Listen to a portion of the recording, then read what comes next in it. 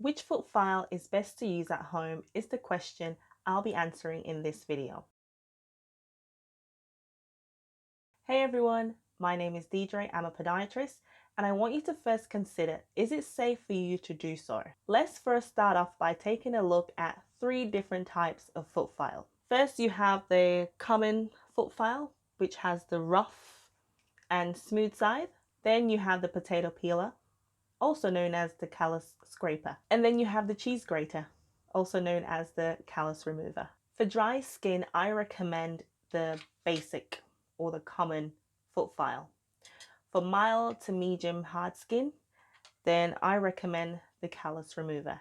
For heavy callus, do not ever use the potato peeler or the callus scraper, because this one you have to put a blade in, and the only people who are trained and qualified to use a blade is a podiatrist. Be very careful if you have a diabetic foot, if you have neuropathy, poor circulation, or poor eyesight.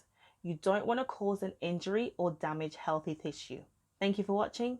See you next time.